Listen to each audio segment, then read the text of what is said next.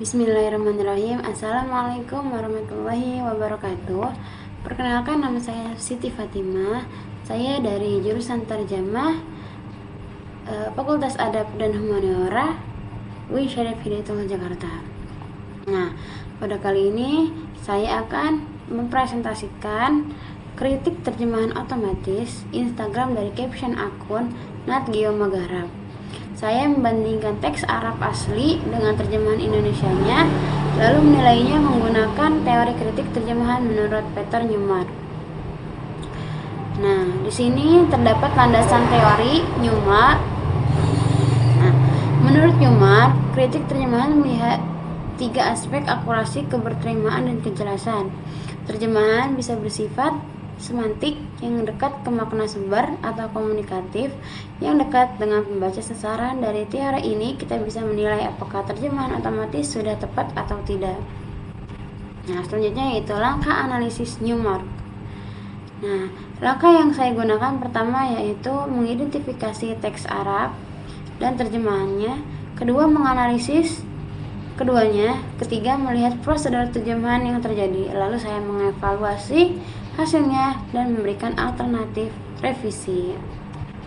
Selanjutnya yaitu teks sumber TS Arab. Di sini ada teks sumbernya yaitu Bismillah al-mutasallalu al-marawi'u hina makana al-musawwiru Fernando Fasuli yurakibu juhra akili namlin imlakin ala wahuwa al-yaghur la ya'taqadu anna akhtara min asarati yaghur la ta'isu fi muntazahiru ri'udusi.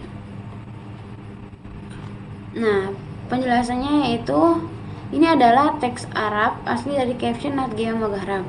Teksnya bersifat naratif, menjelaskan fotografer yang sedang mengamati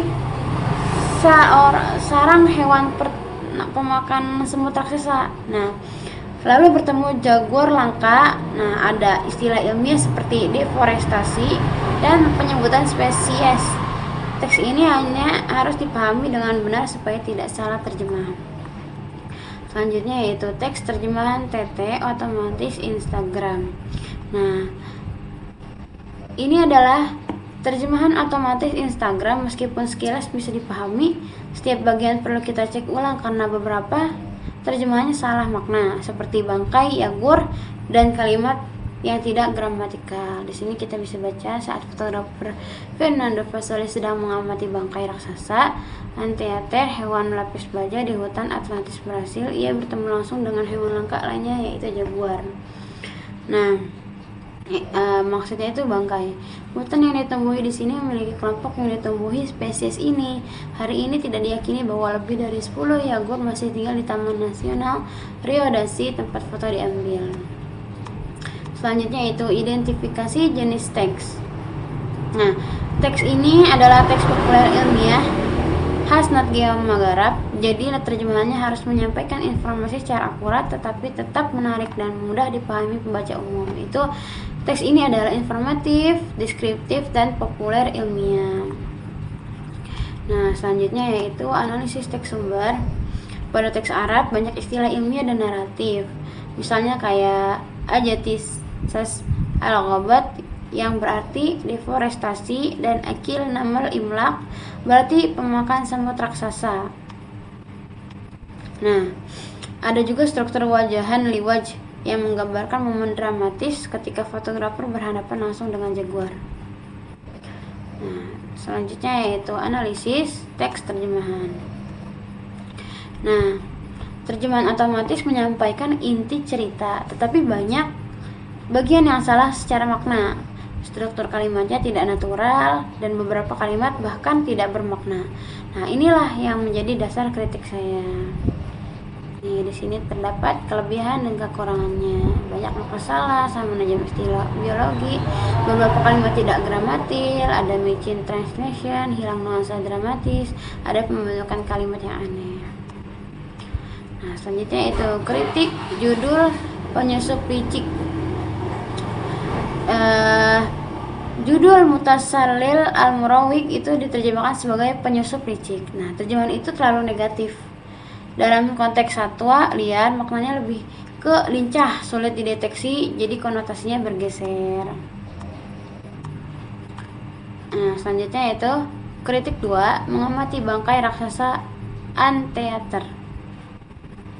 Teks Arab menyebut bahwa hewan hidup yaitu pemakan semut raksasa, namun teks sumber sasaran menerjemahkannya menjadi bangkai. Ini mistranslation karena kata juzr artinya sarang bukan bangkai. Nah, Arabnya yaitu hujru akili namlin amlak, sarang pemakan semut raksasa.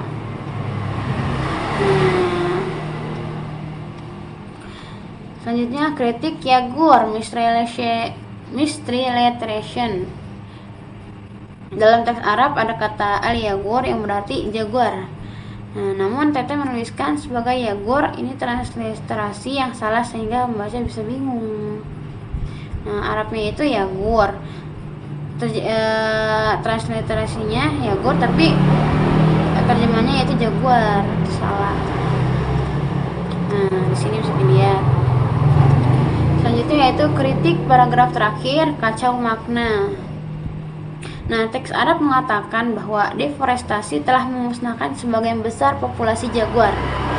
Kini hanya sekitar 10 yang tersisa, namun Tete mengubahnya menjadi kalimat yang tidak bermakna seperti hutan yang ditumbuhi.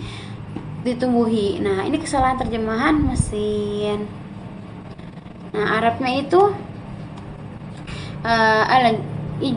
ijtisasu al-ghabati, artinya deforestasi. Ini kita bisa lihat. Selanjutnya yaitu prosedur terjemahan yang teridentifikasi. Kesalahan-kesalahan tadi muncul karena penerjemahan otomatis, memakai teknik literal translation tanpa memahami konteks. Ada misrelation, reduction, dan inaccurate transfer istilah ilmiah. Selanjutnya yaitu evaluasi kualitas terjemahan. Dari segi akurasi banyak makna yang salah, kebertiman juga rendah karena kalimatnya tidak natural.